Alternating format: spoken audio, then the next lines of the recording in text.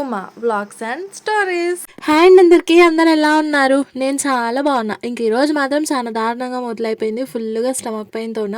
ఈ వర్షానికి ఏమొచ్చిందో 3-4 రోజులు అయింది కదా, మరి తెల్లవారుజామున 4 గంటలకు మొదలవుతుంది. 8-9 గంటల వరకు ఒకటే ముసురు పెడుతుంది. అక్కడ పడి ఎక్కువ పడన్నా వదిలిపోదు, పడకుండానని ఉండదు. ఈ ముసురు ఉంటేనే కొంచెం చిరాకుగా అనిపిస్తుంటుంది కదా. ఇక లేచిన వెంటనే ఫస్ట్ చాయ్ పెట్టిన. 5:30కి లేచిన. అస్సలు ఫుల్గా స్టమక్ పెయిన్ కాబట్టి లేచి పని చేసుకోవడానికి ఏం చేత కాలేదు, కానీ ఇంకా తప్పదు కదా, ఇక చేసుకోవాలి. ఇంకా 5:30కి లేచి చాయ్ పెట్టి ఇంకా అన్నం గిట చాలా ఉన్నది, అన్నము నైట్ది అదంతా ఊడ్చిపెట్టిన. కిచెన్ అంతా క్లీన్ చేసి ఇండ్లు ఊడ్చుకునే వరకే నాకు చాలా ఇదైపోయింది. ఇంకా భరించలేక నొప్పితో లోపల వచ్చి కొద్దిసేపు అయితే కూర్చున్నాను. ఆయనతో పనికి అస్సలు తట్టుకోలేకపోయినా ఇంకా ఎవ్రీ మంత్ నేను ఈ విధంగానే టార్చర్ చూస్తా. అసలు డేట్ అని గుర్తుకు వస్తేనే భయం అయిపోతుంది. ఇక ముందే నుంచే అంత విపరీతమైన పెయిన్ ఉంటుంది మాకు. నాకు అలానే ఉంటుంది, మా అక్కకు అలానే ఉంటుంది. రోజుకి కనీసం ఒక 3-4 టాబ్లెట్లు వేసుకోకపోతే మేము అస్సలుకి ఉండలేము, తట్టుకోలేము. వాయబ్బో, అసలు తలుచుకుంటేనే ఆ నొప్పి విపరీతంగా భయం అవుతుంది. అందరూ టాబ్లెట్స్ యూజ్ చేయొద్దు, ఫ్యూచర్లో చాలా ప్రాబ్లమ్స్ వస్తాయి అని చెప్తారు, కానీ మేమైతే అస్సలు తట్టుకోలేము. ఆ నొప్పి బాగా విపరీతం అయిపోయి మాకు వామిటింగ్స్ వస్తాయి. అందుకే ఖచ్చితంగా మాకు టాబ్లెట్ ఉండాల్సిందే. నేను మెఫ్తాల్ స్పాస్ టాబ్లెట్ యూజ్ చేస్తాను, లేకపోతే స్మాస్మోనిల్, మెఫ్తానిల్, ఈ మూడు ఒకటే. కాకపోతే ఇక ఏది దొరికితే అది యూజ్ చేస్తాను. అంటే ఇంట్లో వచ్చి ఒక 5 నిమిషాలు కూర్చున్నాక మళ్ళీ అన్నానికి పెడతామని వచ్చిన పిల్లలు లేచిండ్రు. అప్పటికే బాగా ఆకలిగా ఉంటున్నారు ఈ మధ్య. ఎందుకంటే నైట్ టైం సరిగ్గా తిండి తింటలేరు వాళ్ళు. ఈవినింగ్ పూట ఏదో ఒక స్నాక్స్ లాగా తింటున్నారు, ఇంకా నైట్కి సరిగా అన్నం తినట్లేదు. మార్నింగ్ లేచిన వెంటనే అశ్విత ఆమని అడుగుతుంది. అందుకే ఫస్ట్ అన్నానికి పెట్టేస్తా, లేచినాక చాయ్ పెట్టినాక అన్నానికే తర్వాత పెట్టేస్తా. అశ్వథ ఫాస్ట్గా లేచిండు. పిల్లలకి లేచిన వెంటనే ఈ వెదర్కేనేమో ఇద్దరికి జ్వరాలు పట్టేసినాయి. ఒక్కరికి వస్తేనే తట్టుకోలేము, అటు ఇటు ఇది చేస్తారు పిల్లలు. వీళ్ళిద్దరికి ఒకేసారి జలుబులు జ్వరాలు స్టార్ట్ అయిపోయినాయి. ఇంకెట్లే కాలో ఏమో. అప్పటికప్పుడు నైట్ సడన్గా దగ్గు స్టార్ట్ అయింది, ఎందుకో అర్థమే కాలేదు. మళ్ళీ వాళ్ళు స్వీట్ కూడా ఏం తిననే లేదు. నేను వాళ్ళకి ఎక్స్ట్రా స్వీట్ అంటూ కూడా ఏం ఇవ్వలే. అసలు ఎందుకు ఆ దగ్గు మొదలైందో నాకు అర్థమే కాలేదు. ఇద్దరికి నైట్ దగ్గు సిరప్ వేసిన, మార్నింగ్ లేచిన వెంటనే ఇంకా జ్వరం సిరప్ అయితే వేసేసిన. వంటలు వేరే కూరలు చేయడానికి అస్సలు ఒప్పుక రాలేదు. టమాటా కూర ఫాస్ట్గా అయిపోతుంది కదా అని టమాటా కూరకు పెట్టేసిన. అందులో టమాటా కూర చేయాలంటే ఉల్లిగడ్డలో ఒక 5-6 కొయ్యాలి. అవి కళ్ళు మంట భలే చిరాకు అనిపించింది నాకు. నిజంగా పీరియడ్స్ ఉంటే కదా మనకి కోపం ఈజీగా వచ్చేస్తుంది, కొందరిని అర్థం చేసుకునే వాళ్ళు ఉండాలి. అబ్బా ఎందుకు అరుస్తుందని ఒకటే అనుకుంటారు, కానీ దాని వెనకాల రీజన్ ఏంటో ఎవరికి అర్థం కాదు. కానీ మా హస్బెండ్ మాత్రం నన్ను చాలా మంచిగా అర్థం చేసుకుంటాడు. నేను అరిచినా కానీ కొంచెం ఓపికతోనే ఉండి అసలు ఎందుకు అరిచిందని రీజన్ తెలుసుకొని తర్వాత మాట్లాడతారు. నాకు పీరియడ్ పెయిన్ మరి ఇంత విపరీతంగా అంటే నా 10th క్లాస్ నుంచే స్టార్ట్ అయింది. అంతకుముందు మరి ఇంత విపరీతంగా లేకుండే. అప్పుడు బాగా ఇంకా పెయిన్ వస్తున్నది కదా, చాలా హాస్పిటల్స్ తిరిగినాం మేమైతే ఈ నొప్పి తట్టుకోలేక. ఎందుకంటే అసలు స్టార్ట్ అయ్యిందంటే ఆ పెయిన్ దెబ్బకు వామిటింగ్స్ తిరిగిపోతుంది ఒక రేంజ్లో. ఇంకా నీళ్ళు తాగితే నీళ్ళు ఉండదు, అన్నం తింటే అన్నం ఉండదు, చాలా వామిటింగ్స్ అవుతాయి. ఇంకా ఎక్కడ తిరిగినా కూడా హార్మోన్ ప్రాబ్లమ్స్ అనే చెప్తారు. చాలామంది ఏమన్నారంటే మ్యారేజ్ అయినాక పిల్లలు పుడితే ఖచ్చితంగా పెయిన్ పోతుందని మస్తు మంది చెప్పారు, కానీ మొత్తం కంప్లీట్లీ ఆపోజిట్ అయ్యింది.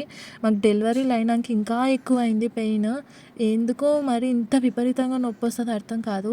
అందరికీ ఉండదు మరి ఇంత దారుణంగా, కొందరికి తెలియదంట కదా. మాకైతే వాము చాలా పెయిన్ అంటే పెయిన్. ఒక్కోసారి అయితే మిడ్ నైట్లోనే ఫస్ట్ టాబ్లెట్ వేసుకొని పడుకుంటా, మళ్ళీ తెల్లారే వరకు ఏడ విపరీతం అవుతుందా అని. ఈసారి మర్చిపోయింది, అందుకు ఇంతగానం తనలాడుకుంటా ఉండాల్సింది వచ్చింది. ఇక లేచినాక పని అయిపోయినాక మొహం కడుక్కుంటేనే అది కూడా నాకు చాయ్ అన్నా లేకపోతే ఏమన్నా తింటేనే టాబ్లెట్ వేసుకోబుద్ది అవుతుంది, లేకపోతే బాగా తిప్పుతుంది.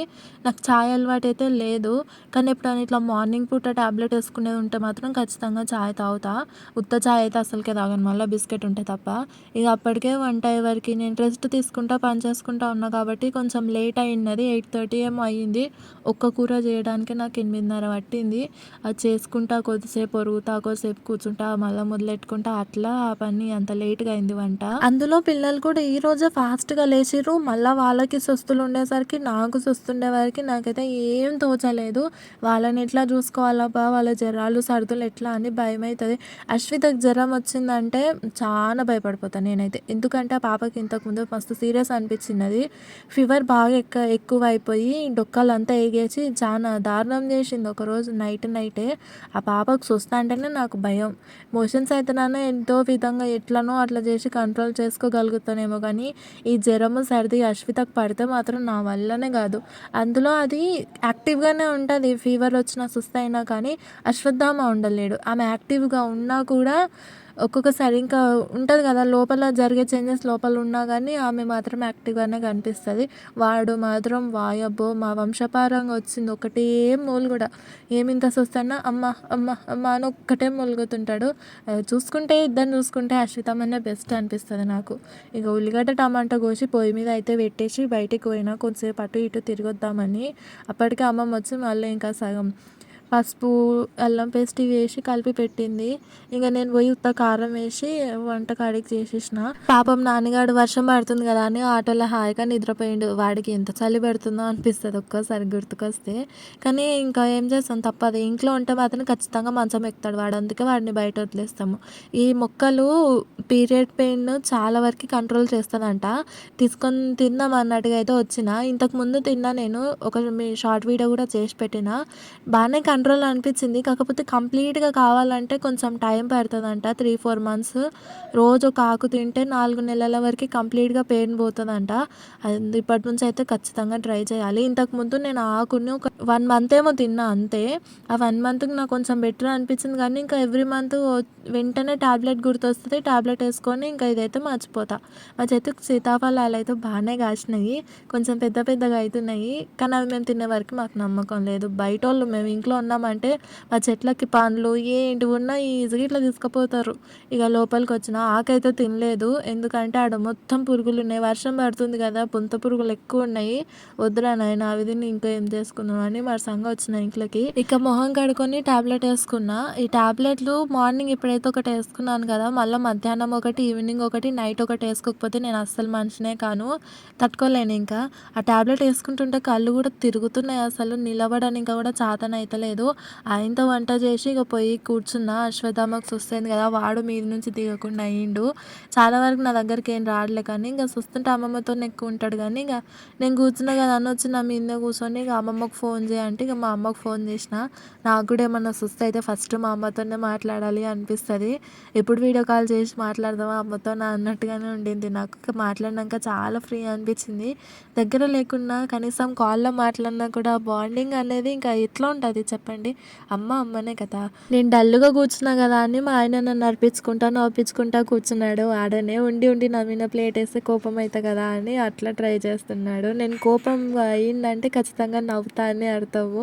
ఇంకా అట్లా ఇట్లా చేసి నన్ను ఎప్పుడు డల్గా అర్పించుకుంటూ ఉంటాడు. ఇంతేనండి వీడియో. మార్నింగ్ లేచినప్పటి నుంచి మార్నింగ్ 10 o'clock వరకు ఇంకా బ్లాగ్ అయితే చేసిన. పీరియడ్ పెయిన్కి ఏమైనా టిప్స్ ఉంటే కమెంట్లో చెప్పండి. బాయ్.